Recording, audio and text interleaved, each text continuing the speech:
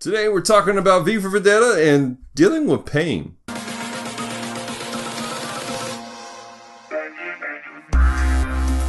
Hello devoted geeks and welcome to Geek Devotions, a show from a couple devoted geeks who are devoted to letting people know that they are loved. And this is the final episode of our Dystopian Devotions. Super excited about it. I hope you guys are excited about it too. We've done some really great things. I want to encourage you to check out the playlist down below and also in the card to check out all of our awesome dystopian devotions that we've been doing. If you're new here, we are Geek Devotions and we take geeky pop culture things and we use it to let people know that they're loved, let them know that there is hope. And today we're talking about V For Vendetta. And guys, I rather enjoy this story. There's a lot of stuff into this. There's a lot of great, interesting concepts and ideas in it. But today I want to talk about a very specific scene. In both the book and the movie, one of the main characters, Evie, has run away from V, and she's living with an interesting gentleman. In the book, he's a lover. In the movie, not so much. But either way, the government breaks in and kidnaps them both. And Evie finds herself in a detention center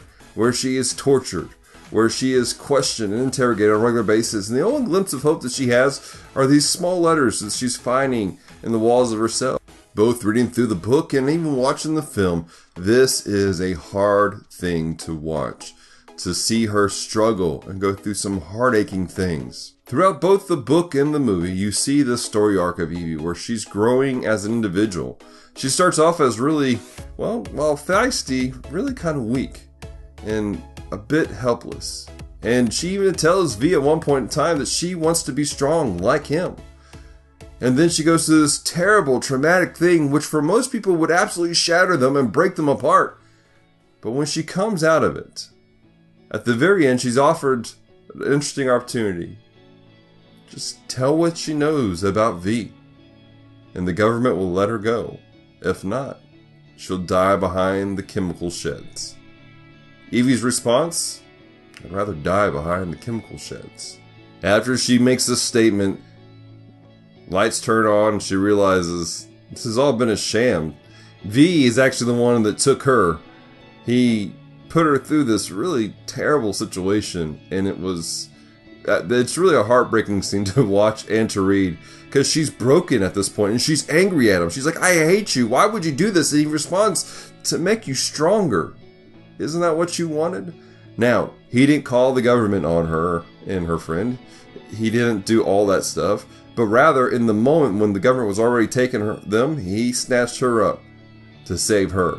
Now, I'm not encouraging to do any of this at all. This was actually really tragic and very heartbreaking to get through, as I've said several times already in this video. But that being said, watching this, there were some very interesting spiritual speculation thoughts that came to my mind that I want to share with you guys.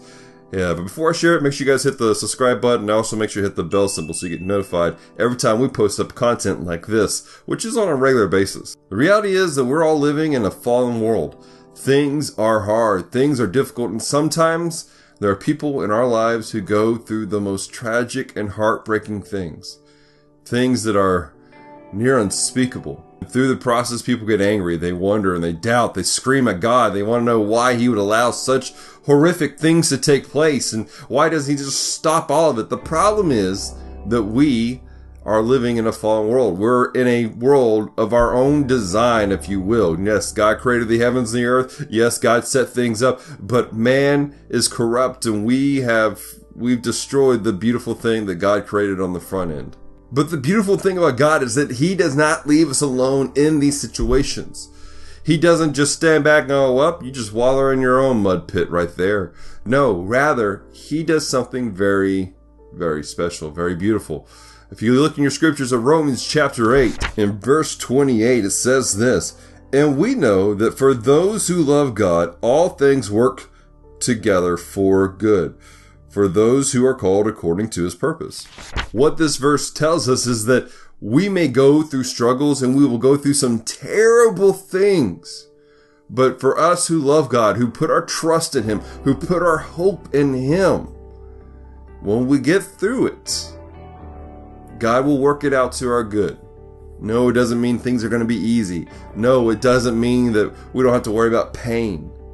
But what it does mean is that when we get through the pain, when we get through those terrible, terrible times, we will be stronger. And the reality is, we saw that in the movie and also in the book V For Vendetta, that Evie, she went through those terrible things, and yeah, she was angry at V for allowing these things to take place to her, but she was stronger. She was a different individual. She had grown. She was now equipped to handle things in a better way, to help other people. If you're struggling right now, if you're going through something right now, I want to encourage you, don't give up. It's not fair what you're going through. It's not right what you're going through. The people who have legitimately done you wrong, they're in the wrong. But hold on. Trust in God. Trust in Him. Hold on to Him and let Him take care of you. In the end, things will work out for your good. I don't know what that looks like. I wish I could tell you.